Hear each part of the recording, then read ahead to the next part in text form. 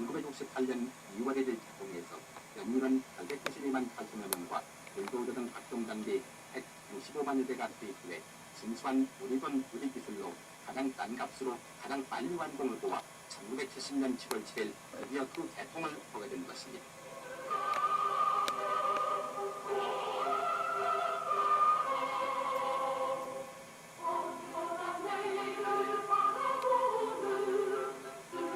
만 2년 반 동안 모든 난관과 애로를 무릅쓰고 예정대로 준공된 이 공사야말로 우리는 당초에 무모하다거나 불가능하다는 비난을 때는 우리 역사상 가장 불청한 대역사라 하겠습니다.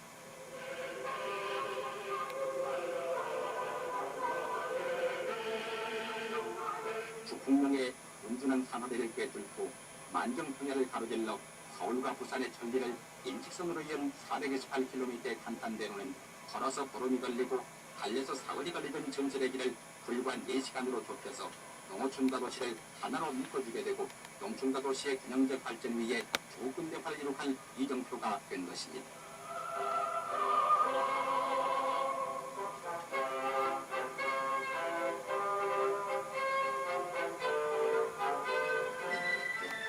그리고 금강교 하번덕에는 고속도로 공사 중 승객과 위령탑이 세워졌습니다. 세상에 두목보다 더 고귀한 것은 인간이 가진 피와 땀이다. 크고 작은 어떤 사업이나 피와 땀을 흘리지 않는 것이 없고 또 피와 땀을 흘리고 무슨 일이고 이루지 못한 것이 없다. 여기 땀 흘려 생명을 바친 77명, 오늘 위로하기 위해 정성들의 이 탑을 세우고 목소를 올리니 건드리어 전하니 기쁘옵소서.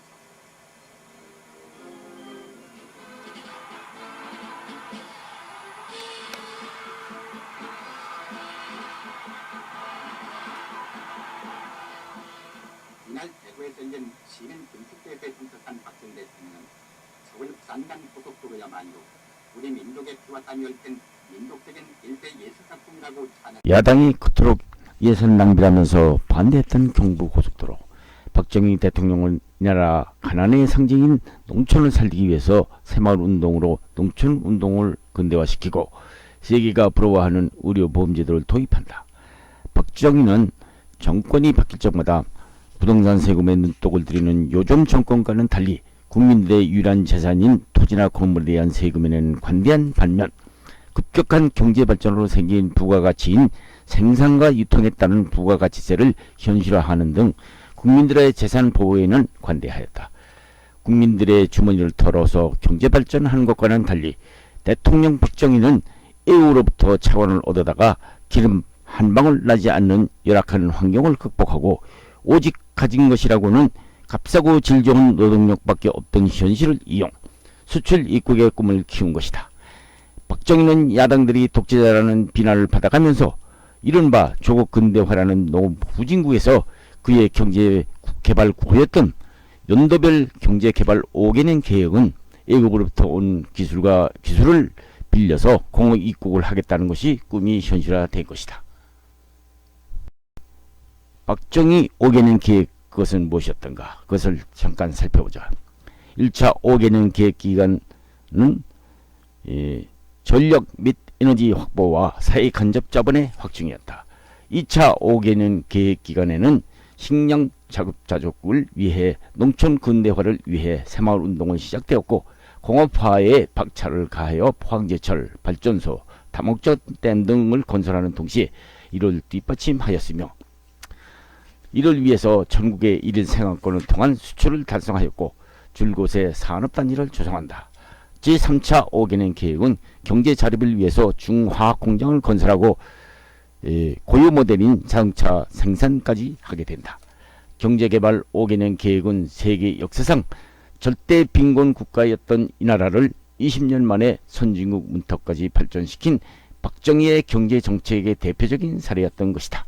물론 부전자원이 없는 불모의 땅에 외국으로부터 돈과 기술을 빌려서 가진 것이라고는 이승만 정권 시절 교육받은 양질의 값싸고 질 좋은 노동력밖에는 없는 이 나라를 급속히 개발해 가자니 국가자원이 중화학 분야에 집중화하는 바람에 재벌을 집중하는 현상으로 대만 모양으로 중소기업은 세력을 면치 못했으나 대기업 발전에서 나오는 부가가치 덕으로 국가는 그 과실로 지금 따먹고 있는 것이다. 민주화만 외치면 먹을 것과 옷이 나올 것이냐는 박정희의 국가 간에 대한 소신은 경제개발이라는 목표를 대만과 같은 민간주도의 중소기업 경제개발이 아닌 대기업 중심의 개발이라는 것은 세상이 다 알고 있는 것이다. 관주도 하에 가장 모범적인 경제개발 절차와 과정은 후일 공산 독재 국가인 중국 공산당을 위시하여 홍콩, 싱가포르, 말레이시아, 태국, 인도네시아까지 박정희의 경제 모델을 모방하였다는 미국의 아시아 지역 정치 경제 전문가인 미 하버드 대학교 교수 윌리엄 오버홀트의 논문이 그를 증명하고 있다. 특히 중국이 오랜 공산 독재하에 다른 동남아 국가보다 20년이나 뒤처져 있었겠지만은 동남아 이웃 소국들이 한국의 박정희 모델이 성공적이었다는 것을 알아내요. 중국의 새로운 지도자 등소평은 쥐를 잡는데 흰 고양이면 어떻고 검은 고양이면 어떠냐는 흑묘 백묘론을 내세워 적극적으로 한국 박정희의 경제 개발 절차와 과정을 학습하려 하더니 지금은 세계 경제 대국으로 성공한 것이다. 오버홀트 교수는 중국이 이토록 경제 발전을 한 것을 두고 중국 경제 발전 지도자와의 대화 중 그 비결을 한국의 박정희 경제 모델에서 교훈을 얻었다는 등 등소평 시대의 국무원 총리 주릉지로부터 말을 들었다는 것이다. 중국 국무원 총리 주릉지는 오버홀트에게 이렇게 말하더라는 것이다.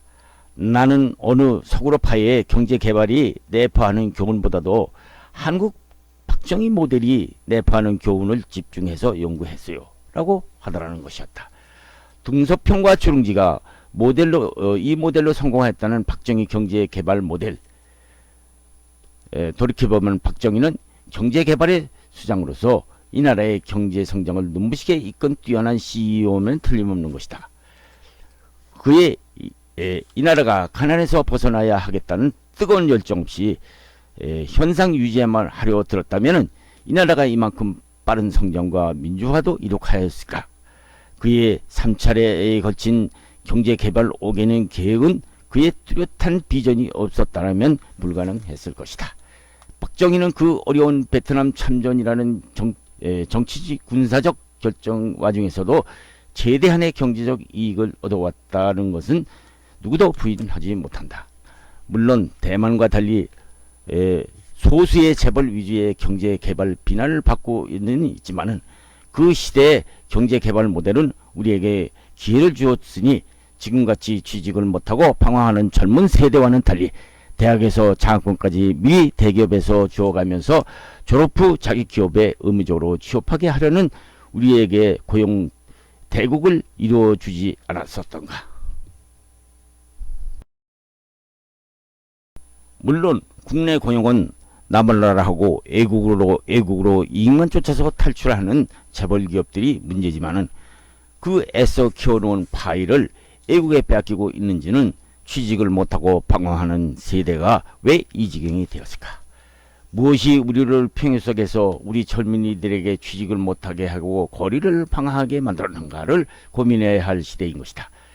요인이야 많겠지만 부디 한 가지로 요약한다면은 좀 이람된 소리지만은 우리는 현재 독재자라고 욕을 하고 있는 대한민국의 뛰어난 지도자의 리더십이 부족을 뛰어넘어 무능이 때문이 아니었을까. 지금도 이 나라에는 개발 독재라면서 비난받는 박정희의 리더십을 따를 인물이 없다는 것이다. 세상도 변하고 우리도 많이 변했지만은 우리는 박정희 시대의 경제 모델만큼은 변치 않고 그대로 유효하지 않을 수 없다는 것이다. 물론 박정희 모델로 그대로 하자는 얘기는 아니다. 박정희의 경제 모델이 단순히 정치적 이유로 미워서 무시하고 있다면은 박정희 모양으로 우리 지금 시대를 어떻게 볼 것이며 그 돌파구를 어떻게 헤쳐나가야 할 것인가를 모색해야 할 것이 아닌가. 우리는 이 나라의 젊은 청년들이 일자리가 먼저다. 이들을 구원해 줄 뛰어난 리더십이 필요한 지도자가 필요한 것이다. 모든 것이 기계화 전세화되는 디지털 시대에 인간이 소외되는 이 시대에 정치인들은 말로는 사람이 먼저라고 하면서 사람을 멀리하게 하는 인간 기계화 시대를 만들어 모든 고용 기회를 박탈시키고 있는 것이다. 전철도 무인 운전 시대, 자동차도 무인 운전 시대가 오고 있다. 인간이 소외되는 시대에 누가 이 국민들에게 잘 먹고 잘 살게 해줄 것인가? 그나마 퇴직자들의 유일한 하나밖에 없는 재산까지 토지 등급을 올려서 세금 인상을 노리는 정치권은 자기들은 나몰라라 하고 정치 논쟁만 하고 있고, 국가 발전을 시켜 그 과실로 정치를 해왔던 박정희 시대가 다시 그려지는 시대의 이유가 그랬기 때문이다.